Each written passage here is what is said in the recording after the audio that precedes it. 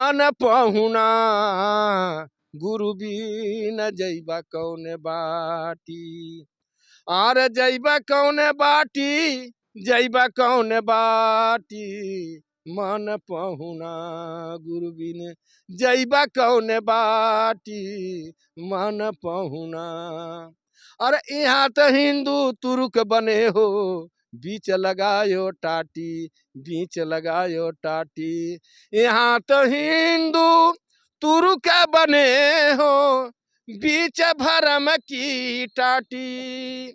श्वास रहीन का स्वर्ग सिधारे, श्वास रहीन का स्वर्ग सिधारे। और मिल गयो मटिया में माटी। मन पहुना गुरु बिन जैबा कौन बाटी। कि मोको कहाँ ढूंढे बंदे, मैं तो तेरे पास में। धुबिया जल बीच मरत पियासा, जल में ठाड़ पियत ना मीरख मूर्ख। जल है निर्मल खासा, अपने घट के मर्म न जाने करे धुबनिया की आशा। छिनमे धुबिया रोवे धोवे, छिनमे होत उदासा। अपने घट के मर्म न जाने करे धुबनिया की आशा। कहत कबीर सुनो भाई साधो, आछत अन उपवासा। धुबिया जल बीच मरत पियासा। दोस्तों नमस्कार, आप सभी साथियों को और जर्नलिस्ट अमरेश पर आप सभी का स्वागत है। अभी मैं मौजूद हूं, जैसा कि आप फ्रेम में देख पा रहे हैं, सतगुरु कबीर साहब जी की पवित्र ये पावन समाधि स्थल है।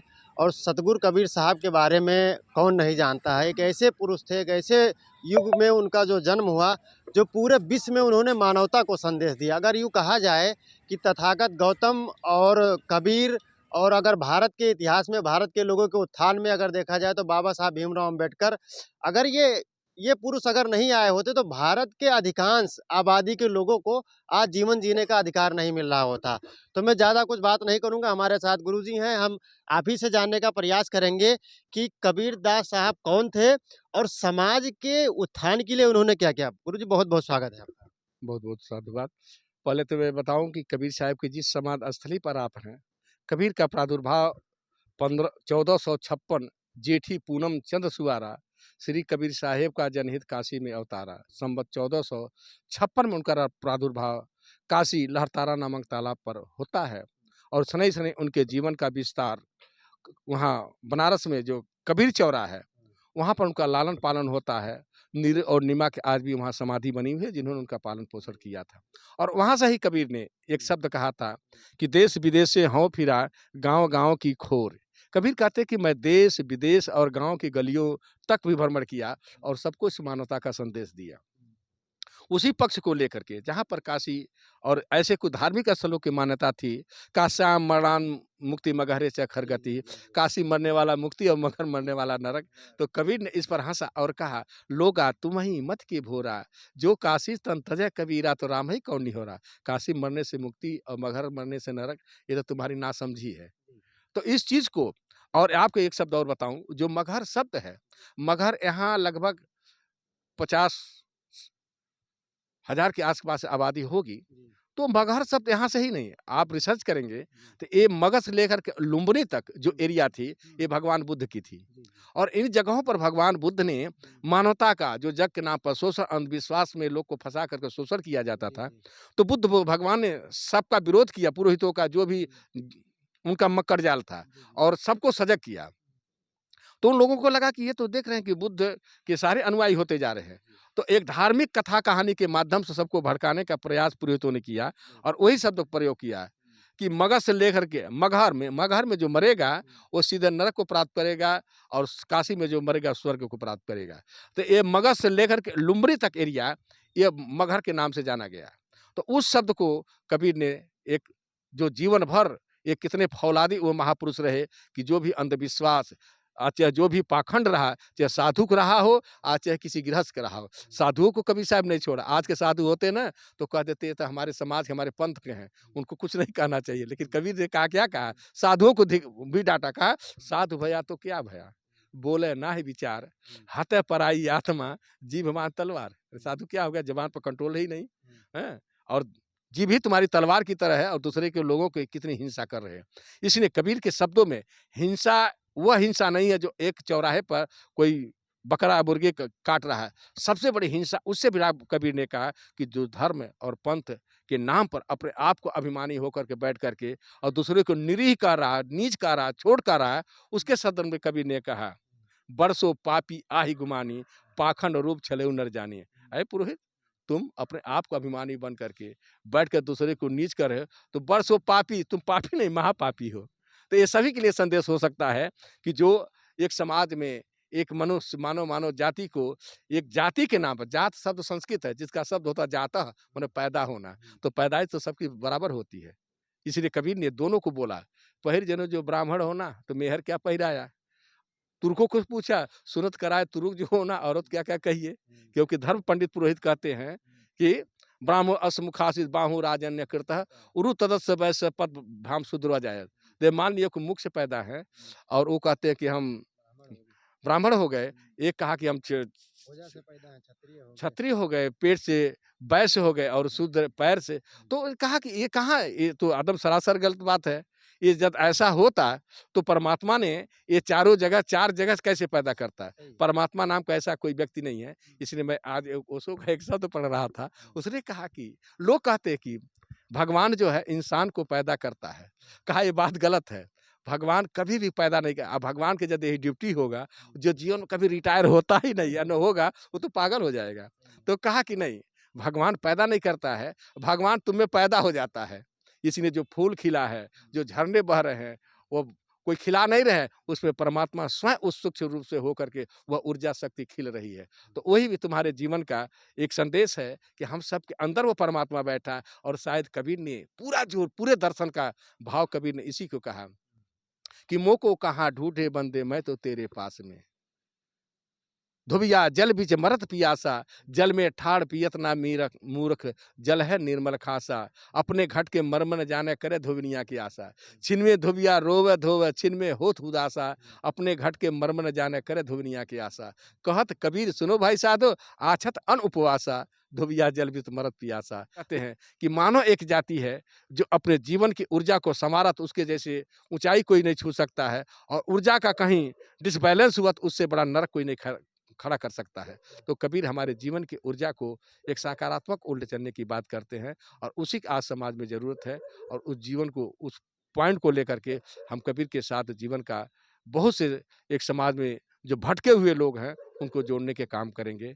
तो मैं यही कहूँगा कि आज अमरेश श्री प्रजापति के माध्यम से जो आप यहाँ आज दूरदर्शन के माध्यम से जिस भी संसाधन से आप इस समाज में दिखाएंगे, ये समाज आज के नए पीढ़ी के लोग जो बच्चे हैं, इसीलिए एक संत जी काशी में कथा कह रहे थे विश्वविद्यालय में, तो किसी ने पूछा कि आप विश्वविद्यालय में बच्चों के बीच में ये कथा क्यों सुना रहे हैं। कहा ये जरूरत है विश्वविद्यालय में इन बच्चों के बीच में, क्योंकि बच्चा जब सकारात्मक बात सुनेगा, अच्छी बात सुनेगा, तो जो ये छात्रावास के जो शीशे लगे इसको ढेला मार के तोड़ेगा नहीं, क्योंकि उसके जीवन की ऊर्जा एक सकारात्मक की ओर बढ़ेगी। तो वो सकारात्मक सोच होने के बाद सकारात्मक ही काम करेगा। इसलिए आज अध्यात्म की जरूरत, जितना साइंस की जरूरत है हमारे जीवन में, उतना ही अध्यात्म की जरूरत है। तो दोनों को साथ में ले चलने की जरूरत है। तो आज हम यही कहना चाहेंगे कि हमारा ये साइंस और हमारा अध्यात्म दोनों हमारे जीवन के दो पैर हैं, दोनों को मजबूत करने की जरूरत है। और उस अध्यात्म में कबीर और बुद्ध जैसे महापुरुषों के विचारों की जरूरत है, न कि धर्म के नाम पर जो समाज को जात धर्म के नाम पे बांटने वाले हैं उनके विचारों की जरूरत नहीं है। आज कबीर और बुद्ध और नानक दरिया दादू की जरूरत है, जो एक मानवता का संदेश देते हैं। तो आज जी, एक कहना चाहूँगा मैं आपसे, एक सवाल रहेगा। कबीर साहब ने समाज को एक ऐसा मतलब ऐसी दिशा दिखाई, समाज को जीने का मतलब एक तरीका सिखाया। क्या कारण रहा कि देश में मनुवाद बढ़ गया और जो हम कहें कबीरवाद, जिसे हम कबीर परंपरा कहते हैं, क्या कारण रहा कि कबीर जो परंपरा है, मैं ये नहीं कह सकती समाप्त हो गई, लेकिन एक सीमित दायरे में रह गई। भारत से निकल कर के ये परंपरा जो है दुनिया में फैल गई, लेकिन भारत में क्यों कम हो गई? क्या कारण रहा इसका? नहीं, पहले तो ये बात कहना चाहूँगा, आज हम जो मनुवाद और कबीर साहब के विचारों को देखा जाए, तो उनके पास अपने वो संसाधन थे, उनके प्रेस थे, उनके पंडित पुरोहित गुरु होते थे, पढ़ने लिखने का उनका ही एकाधिकार था। लेकिन बाद में जब भारत स्वतंत्र हुआ, संविधान बना, सबको सर्वाधिकार मिला।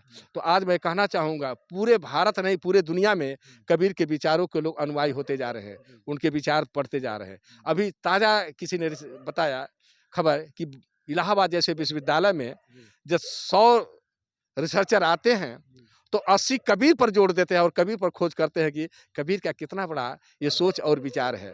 तो आज कबीर के प्रति लोगों का विचार बढ़ता जा रहा है।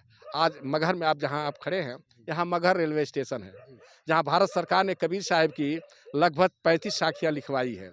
उस साखियों में एक शब्द कबीर का है कि जो कहते हैं, तामस केरे तीन गुण भंवर ले तह बास, एक है डारी तीन फल भाटा वो कपास। कबीर कहते हैं दुनिया को कौन सा पेड़ है जो एक पेड़ के कई डारी में 3 फल लगा हो? तो कहा कौन फल है? कहा भाटा वो कपास। ये प्रतीकात्मक चीज है। कबीर कहते हैं ये मानव रूपी एक वृक्ष है जो इसमें 3 तरह का फल लगा रहता है, रजोगुण, तमोगुण और सतोगुण। जिस वृत्ति को आप बढ़ाओगे वही जीवन में तुम बढ़ोगे। तो एक कबीर का संदेश है कि हम अपने जीवन की सोच, ये साइंस भी कहता है जिधर तुम्हारी वृत्तियां काम करेंगे उधर ही तुम्हारी जीवन की ऊर्जा बहेगी और वही तुम बनोगे।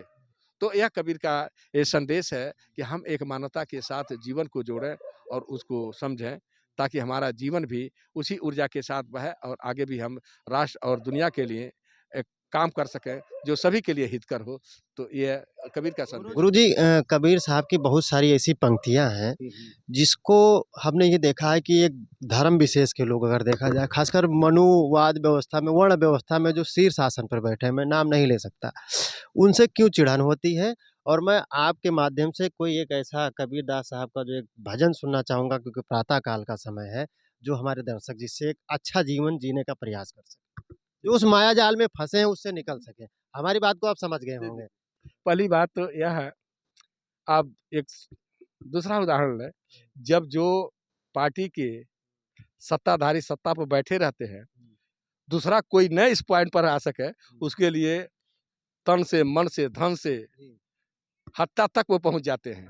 वो कहते हैं ना, शत्रु को हराने के लिए तन मन धन का उपयोग करते जी, हमारे जिस पर हम बैठे हैं इस पर कोई कब्जा न कर सके। तो जो इतने दिनों तक बिना किसी मेहनत परिश्रम के हरामखोर के खा पी के मस्त हो रहे हैं, तो उनको लगेगा कि भाई ये क्यों हमारे साथ में आएंगे। जबकि ये समाज में जिन लोगों ने इस समाज के जीने के लिए महत्वपूर्ण काम किया, जिसके बिना जीवन समाज नहीं चल सकता है, तेल पड़ने वाला। आज कहा जाए, जिस समय जिस व्यक्ति ने एक खोज किया कि इस वनस्पति में एक बीज निकलेगा, इससे तेल निकलेगा और इससे एक रोशनी पैदा होगी, जब तक इलेक्ट्रॉनिक दुनिया नहीं थी। तो उस समय का वो तो ऋषि है ना, रिसर्चर है, वैज्ञानिक है। और उस व्यक्ति को क्या कहा गया? तेली के मुंह न देखना था। मैं ये कहना चाहूंगा कि आज दुनिया में जितने पेट्रोल टंकी वाले सब तेली हैं, और एक दिन पेट्रोल पंप बंद कर देते हैं तो सबकी हालत खराब हो जाती है। कुम्हार जो बर्तन बनाने वाला है, जो हमारे पास कोई संसाधन नहीं, मिट्टी का बनाया है, तो उसके हम अपना एक आधार बना के जीवन जिए। कपड़ा एक साफ करने वाला धोबी है, साफ कर करके आपको एक दानों से मानव बना देता है। एक नाई आपका बिखरे हुए बाल को संवार देता है, और एक लोहा का काम करके आपके कृषि क्षेत्र में कहीं भी प्रयोग करने के लिए बना देता है। ये दुर्भाग्य रहा इस देश में जहाँ पर कृष्ण गौ चराए,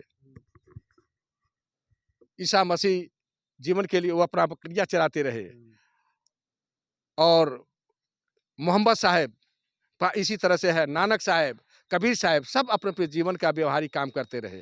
तो इस समाज में काम करने वाला छोटा नहीं होता है, इस समाज में काम करने वाला बड़ा होता है। तो दुर्भाग्य रहा जिसने गंदगी किया वो बड़ा हो गया, जिसने गंदगी को उठा फेंक दिया उसको कहा छोटा है। तो एक कबीर का इसी पर चोट है कि इस तरह की बातों को और भावनाओं को रखना, कौन बड़ा को छोटो, कबीर शब्द ने कह दिया कि इस तरह के जन्म से किसी को छोटा बड़ा कहना ये एक तरह का एक अपराध है। इसको न कह करके एक मानवता का संदेश, मानवता का भाव, और आज इस समाज में सब लोग इस चीज़ को समझ सके, नया पीढ़ी, नया युग के जो लोग हैं इस चीज़ को बिल्कुल आत्मसात नहीं करेंगे कि कोई जन्म से छोटा बड़ा होता है। कबीर के विचारों में हम अपने जीवन में जिस तरह के ऊर्जा, प्रयास, मेहनत करेंगे, वो अपने आप उसी दिशा की ओर बढ़ेंगे। ये तो जात पात एक अदम नगण्य विचार है, इसमें रहने वाला एक नासमझ के ही शब्द का उसको कहा जा सकता है, कोई समझदार का ये शब्द प्रश्न नहीं है। तो एक कोई भजन हमारे दर्शकों को सुनाइए कबीरदास जी का, जो जिससे मैं आपके भजन के माध्यम से मैं ये संदेश चाहूँगा लेना, मैं खुद पे भी, कि एक हम अच्छा इंसान बन सके। अगर मैं पत्रकारिता कर रहा हूँ तो मैं एक अच्छा पत्रकार बन सकूँ, मैं ये सुनना चाहूँगा आपसे। चलिए, आप जहाँ पर आज यहाँ आप खड़े हैं, ये शायद कबीर के जीवन का अंतिम ये क्षण था और जीवन था, और यहाँ से ही मैं जैसे आपको बता दूं गुरुजी, ये इससे ज़्यादा पवित्र मेरे जीवन में मैं किसी भी स्थान को मैं नहीं मानता। चाहे किसी भी धर्म का हो, लेकिन मेरे लिए ये सर्वश्रेष्ठ है। इसीलिए जब मैं इस रास्ते से निकल रहा था तो मैं आया, और इसीलिए मैं चाहता हूँ कि आप ज़रा मेरा मार्गदर्शन करें। चलिए, तो यहाँ पर ये कहना चाहेंगे कि कबीर साहब का यह जो स्थली है, जैसे हमारे जीवन का एक प्रारंभिक जीवन होता है और एक अंतिम जब वृद्ध अवस्था और मृत्यु आती है, तो कबीर की ये कहा जाए कि जीवन का अंतिम ये प्लेस है जहाँ पर कबीर ने अपना सांस छोड़ा था। और सांस छोड़ने के साथ में कबीर ने एक संदेश दिया था कि ये जो दो दीवारें हैं, वे कौन हैं? जिसको आज के शब्दों में हम हिंदू, मुस्लिम, सिख, ईसाई शब्द करते हैं। शायद कबीर ने वह शब्द मैं जो आपको सुनाने जा रहा हूँ, इसी जगह से खड़ा होकर कहा होगा, वो शब्द इस रूप में है।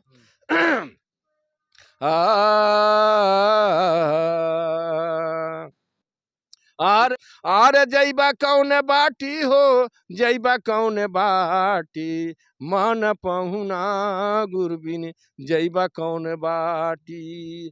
तो सौदा करना हो तो यहीं काल कर लो, आगे हाट न बनिया, पानी पीना हो तो यहीं पी लो, अरे आगे देश निपनिया, मन पहुना गुरबिन जइबा कौन बाटी, मन पहुना। तो कहत कबीर सुनो भाई साधो, अरे काया रे बिन साथ देर न लागी, अरे देखी लो अपने आखी, मन पहुना गुरबिन जइबा कौन बाटी हो, मन पहुना। तो कबीर ने सबको यहाँ संसार में एक मेहमान कहा, पहुना कहा, 4 दिन के मेहमान ही है। उसी प्रकार 4 दिन की जिंदगी है। इस जिंदगी में रहते हुए एक प्रभु परमात्मा धर्म के स्वरूप अपने आप में स्थित होकर के जीवन का एक आनंद के साथ जीवन की अनुभूति करो और सबको उसी अनुभूति में जोड़ने के काम करो, यही कबीर का संदेश है। तो इन्हीं शब्दों के साथ आज अमरेश प्रजापति जी को भी बहुत बहुत साधुवाद की, जिस तरह से आपने प्रश्नों का एक झड़ी लगाया और प्रश्नों को मैं अपने सूझबूझ के अनुसार उसको गायन के रूप में अथवा व्याख्या के रूप में दिया। आज मैं दर्शकों से यही कहना चाहूँगा, इनके विचारों को अवश्य आप लोग देखें, सुनें और उसके अनुसार अपने जीवन का उसे आत्मसात करने का प्रयास करें। इन्हीं शब्दों के साथ बहुत बहुत साधुवाद। मैं डॉक्टर हरिशरण दास शास्त्री, सदगुरु कबीर समाज स्थली, मगहर, जिला संत कबीर नगर, उत्तर प्रदेश। साहिब बंदगी। जी। तो अभी आपने देखा कि गुरुजी ने बहुत अच्छे तरीके से आपको सुनाया और कबीरदास जी के बारे में, जैसा कि आप ये परिचय दे रहे हैं, मैं मेरे पास ऐसा कोई शब्द नहीं है जिससे मैं इसका जो है व्याख्यान कर सकूं। तो मैं आप सभी साथियों से कहना चाहूँगा कि आप अपने जीवन को बेहतर, अगर आप बेहतर इंसान बनना चाहते हैं तो एक बार कबीर साहब को ज़रूर पढ़िए। और कहीं न कहीं जो भारत में सिखाया जाता है कि मज़हब नहीं सिखाता आपस में बैर रखना, तो कबीर साहब का कहीं न कहीं जो भी धर्म समुदाय के जितने भी लोग हैं, एक कबीर साहब की जो है पंक्तियों को कहीं न कहीं निकाल करके, हम यूँ कह सकते हैं, थोड़ा-सा कड़ा शब्द हो सकता है, कि उनको चुरा करके और वो उसमें तोड़-मरोड़ करके पाखंडवाद, जातवाद करके समाज में लाए। लेकिन कबीर साहब का जो अस्त्र है उसे वो तोड़ नहीं पाए, और आज भी कबीर साहब का जो विचार है, जो सिद्धांत है, वो ज़िंदा है और ज़िंदा रहेगा। बाकी खबरों के लिए आप बने रहें हमारे चैनल पर और इस वीडियो को ज़्यादा से ज़्यादा शेयर करें। आप सभी साथियों को पुनः सादर प्रणाम। जय हिंद।